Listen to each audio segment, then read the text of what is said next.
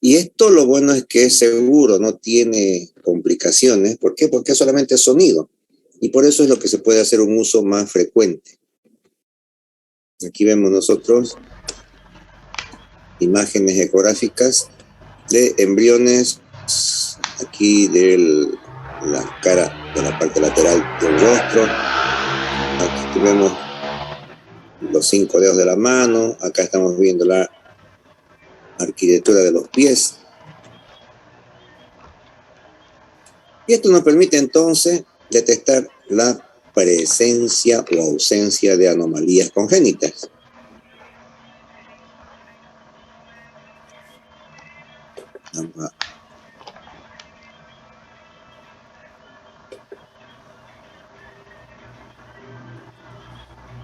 Además de eso, se puede hacer las mediciones adecuadas para determinar edad fetal y el crecimiento del feto. Estas mediciones, como ya habíamos dicho, es la longitud cráneo-caudal, o sea, desde la punta del cráneo hasta las nalgas. Eso se hace entre las semanas 5 y 10, o ya en edades mayores hay otras mediciones combinadas, como es el diámetro biparietal, o sea, cuánto mide desde un parietal al otro, la longitud del fémur, la circunferencia abdominal, y todo esto entonces permite determinar el grado del crecimiento de esos fetos. Acá, por ejemplo, estamos viendo cómo este es el cráneo, y aquí hay una aguja que está ingresando para poder sacar líquido amniótico, por ejemplo. Acá estamos viendo que hay 2 sacos vitelinos, o sea, este es un embarazo general. Aquí estamos viendo un saco vitelino y aquí está el otro saco vitelino. Vamos a poner aquí una manito, esta manito, este es un saco vitelino y aquí está otro saco vitelino. Aquí esto es una aguja que está tratando de sacar líquido amniótico y estamos controlando con la ecografía para que no dañe. Acá está el cráneo. Entonces, esas son las utilidades de estas ecografías o ultrasonografía. Acá estamos viendo entonces cómo están midiendo la longitud total, cráneo caudal. Acá estamos viendo un cráneo y esta es la longitud de todo el cráneo y este es el diámetro entre los 2 parietales. Acá están midiendo la circunferencia abdominal. Y acá estamos midiendo la longitud de un fémur.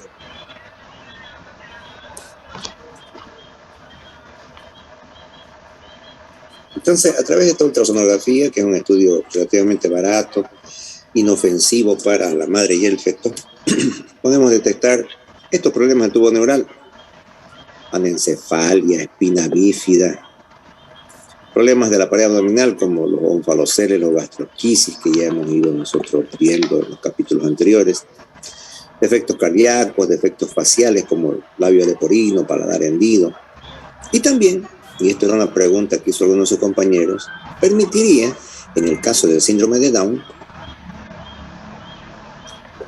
determinarse la sospecha porque existe un grosor del pliegue de la nuca o una translucencia nucal. Es decir, se hacen esas ecografías y se nota que existe un espacio en la región posterior del cuello donde se va a acumular líquido. Y eso nos hace sospechar de la presencia de un fetito con síndrome de Down. Pero solo la sospecha, ¿no? O también puede ser por defectos cardíacos, pero solo la sospecha. Entre las 11 y las 14 semanas, más o menos, es lo que ya se puede hacer ese tipo de estudios. Y con ese tipo de estudios, más complementar con los estudios de marcadores en el suero de la mamá, más la edad de la madre, ahí recién entonces uno puede decir que puede o no haber síndrome de Down. Cuando salen positivas estas pruebas, como la translucencia nucal o los marcadores de cierto tipo de sustancias en la sangre de la madre, Entonces ahí recién se decide si se va a someter a pruebas invasivas, como es la amniocentesis, es decir, meter una aguja a líquido y sacar líquido amniótico con células, y eso recién sería el diagnóstico definitivo. Pero para ello, primero, hay que hacer estos estudios ecográficos. ¿Qué es la amniocentesis? Se puede hacer más o menos a partir de las 14 semanas, cuando ya hay bastante cantidad de líquido amniótico. Hay que insertar una aguja a través del abdomen hasta la cavidad amniótica. Todo esto obviamente ayudado por una ecografía, ¿no? Entonces, con la ecografía nos permite que esté vigilado, monitorizado el ingreso de una aguja para que no esté perforando al embrión. El riesgo, 1 en 300 o 1 en 500 puede haber aborto. ¿Ya? Eso va a depender de la experiencia que exista en los centros médicos que hacen este tipo de maniobras. Obviamente aquí en Santa Cruz no hacen, ¿no? Casi nunca. Entonces no hay experiencia, pero en ciertos lugares ya más desarrollados, con mayor número de gestaciones, porque tengan en cuenta que en todo Bolivia hay menos gente que en Lima, Perú.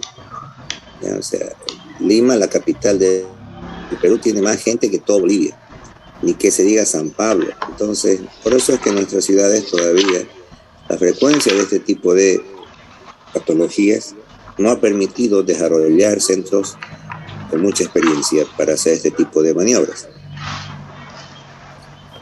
De este líquido amniótico que sacamos, ahí se analizan estos factores bioquímicos del líquido amniótico. Y esos factores son alfa-fetoproteína, un factor, y otro es la acetilcolinesterasa. Y además lo importante, células fetales que se han desprendido y que han ido al líquido amniótico, y con estas células fetales que sacamos de este líquido amniótico, se puede cultivarlas esas células para ver su cariotipo, o sea, para ver cómo están sus cromosomas y sus análisis genéticos en general. Obviamente esto demora porque hay que hacer un cultivo, pero esto nos permite en alto grado la detección de nuestras o de las anomalías genéticas.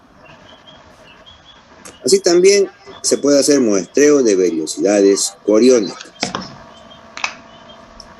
Se mete una aguja, sea por el abdomen o por la vagina, y alcanzan la placenta para aspirar 5 a 30 miligramos de este tejido velloso para luego hacer un estudio que lo pueden existir, solo que normalmente la placenta ya viene con problemas cromosómicos sin que los tenga el feto. Por eso es lo que este estudio es relativo, no es tan concluyente como este otro que era el estudio del líquido amniótico. Cordocentesis o muestreo percutáneo de sangre umbilical. A través de aguja igual y ecografía, se puede meter la aguja y sacar sangre del feto, más o menos desde la semana 14, y se saca sangre del feto del cordón umbilical.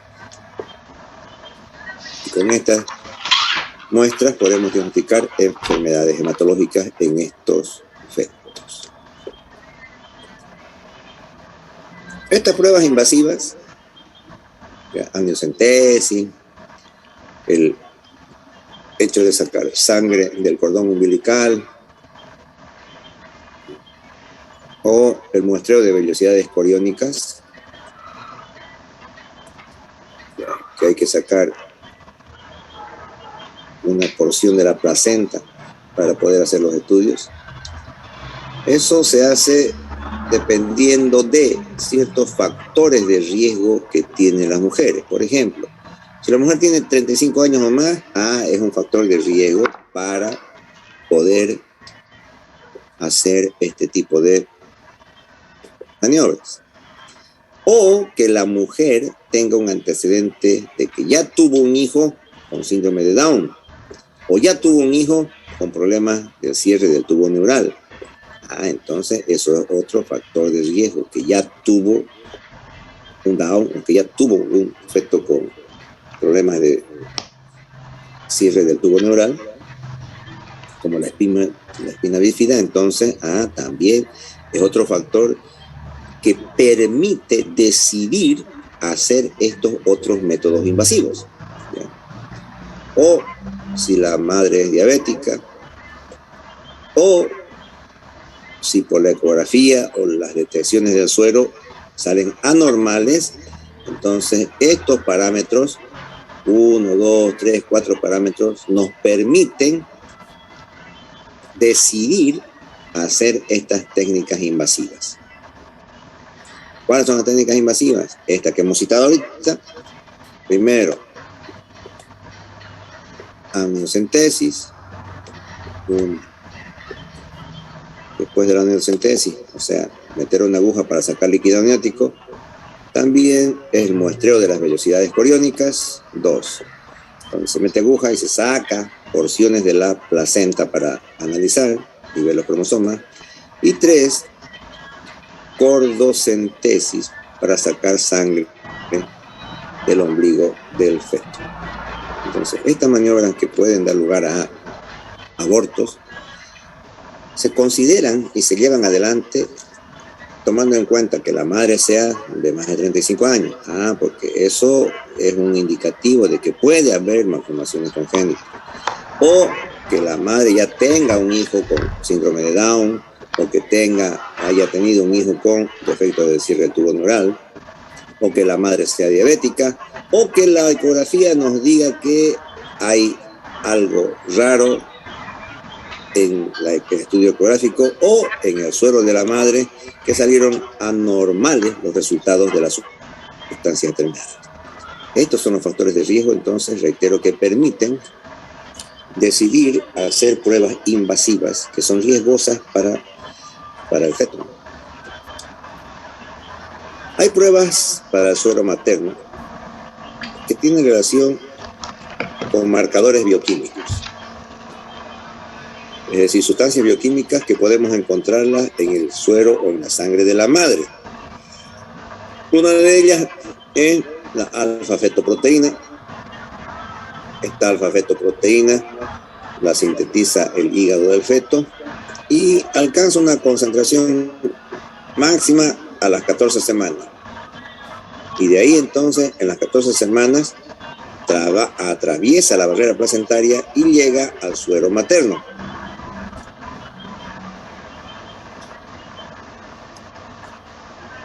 Hasta la semana 30 empieza a subir y de la semana 30 empieza a disminuir.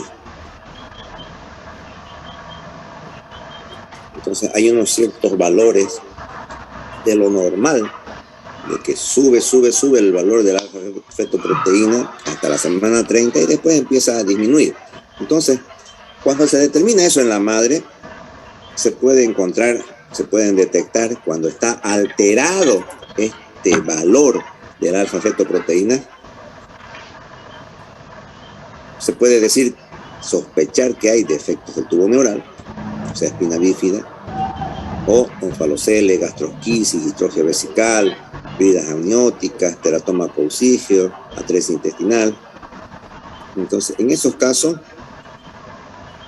se va a elevar la alfa-fetoproteína en el líquido amniótico del suero de la madre. O sea, hay que sacarle sangre a la madre. O también puede ser que los valores estén disminuidos en la sangre de la madre y eso nos va a hacer sospechar síndrome de Down, trisomía 18, problemas de los cromosomas sexuales, triploidía. Entonces, esta determinación de la alfa-fetoproteína en la sangre de la madre simplemente detectan, ¿no?, para hacerte sospechar de que puede haber estos problemas que hemos citado. Y para ello entonces hay que confirmarlos con las técnicas invasivas operativas que hemos citado anteriormente, sobre todo con la amniocentesis, es decir, meter una aguja y sacar líquido amniótico.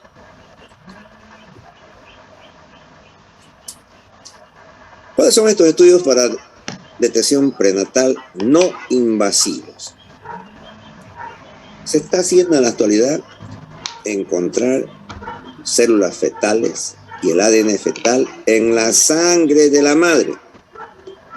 ¿Ya? Porque estas células fetales atraviesan la barrera placentaria más o menos de la semana 4 hasta la semana 6. Y con técnicas sofisticadas se las detecta a estas células fetales en la sangre de la madre para poder cultivarlas luego esas células y hacerles el análisis cromosómico y adecuado. Pero como esto es un estudio hecho a la madre, para confirmarlos hay que hacer la extracción de líquido amniótico o de una porción de la placenta y las vellosidades coriónicas. También se puede hacer en la actualidad tratamientos ya directamente al feto. En esos fetos en los cuales hay eritroplastosis fetal, o sea, destrucción de sus glóbulos rojos, ese feto se va a morir. Pero para que no se muera, se puede hacer ahora transfusión fetal. Con la ecografía metemos una aguja en la vena del cordón umbilical y ahí le podemos hacer su transfusión y el feto ya no se va a morir por anemia. O también se pueden hacer tratamientos médicos, es decir, a las patologías que puede tener el fetito, le podemos dar medicamentos, le podemos dar fármacos que le damos a la madre y va a pasar a través de la placenta hacia el fetito. O si no, también se puede hacer directamente inyecciones intramusculares en el glúteo del feto o en la vena umbilical, metiendo una aguja, guiándonos con la ecografía. Se puede también hacer, obviamente, en los centros especializados, cirugías fetales. Así, cirugías todavía cuando está en el feto. Y hay cirugías abiertas, cuales se abre el abdomen de la madre, se abre la cavidad uterina y se llega hasta el feto. Es una cirugía fetal abierta. O también se pueden hacer por endoscopía, ¿no? Se meten los catéteres atravesando el abdomen de la madre, atravesando el útero e ingresar con el endoscopio para hacer cirugía fetoscópica. Entonces, una es abierta y dos es fetoscópica. Generalmente entre las 18 y 30 semanas de gestación es lo que se hacen estas cirugías abiertas. Y es para reparar los defectos del tubo neural, o sea, las espinas bífidas las podemos operar ahí todavía cuando está en fetito. O problemas cardíacos, o las hernias diafragmáticas, como hemos dicho, que van a impedir que crezcan los pulmones, también se podría hacer una cirugía fetal abierta.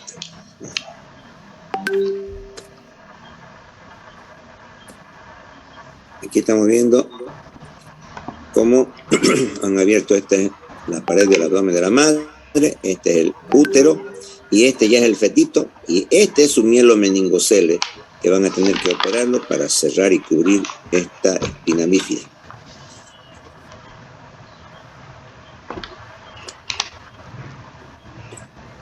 También se está haciendo el trasplante de células troncales, o sea, de las células madres, que es el último grito de la moda, porque el fetito no tiene defensas hasta la semana 18, entonces ahí es posible trasplantarle tejidos o células antes de la semana 18 y no va a existir rechazo.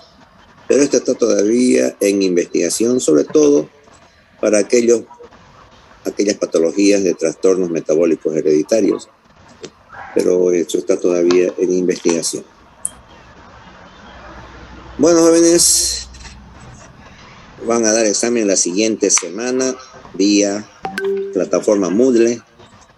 Ya les va a salir el aviso en cuanto yo tenga ya listo el examen. Les voy a hacer avisar, o ustedes vayan revisando la plataforma El examen va a ser así vía plataforma Moodle, va a ser examen virtual. Los capítulos es hasta aquí, lo que hemos ido avanzando, y solo de acá del libro. Vayan leyendo para que puedan dar ustedes su examen en la siguiente semana, porque el miércoles es todavía las elecciones, y la siguiente semana espero que ya pueda estar arriba en la plataforma el examen para que ustedes puedan dar. Si no hay preguntas, vayan a tomar su API, recordando que es necesario votar por Vicente y Reinerio, porque Reinerio es médico, y como médico puede ayudar a que existan mayores beneficios y ventajas para la carrera de medicina. Traten de convencerlo a sus compañeros y de convencer a otros que no son de medicina para que se recuperen votos de los universitarios, que son los que estaban faltando en la primera vuelta para que ya hubiera ganado.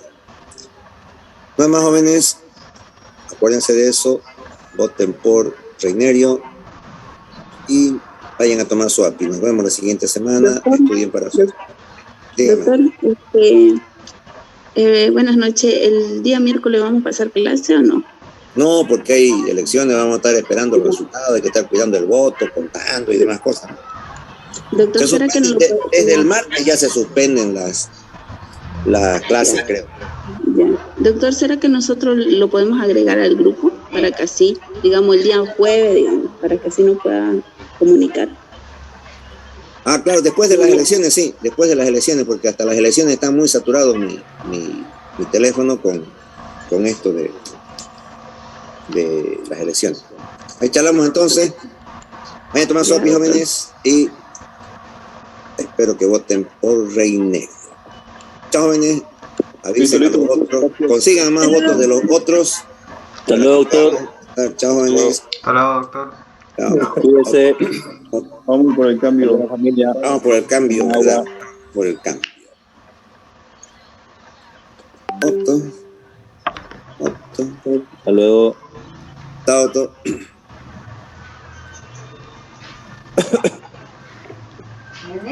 Fíjense.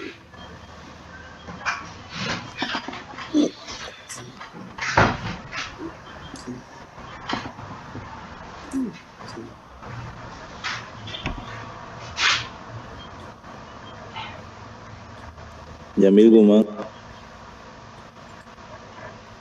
Recording stop.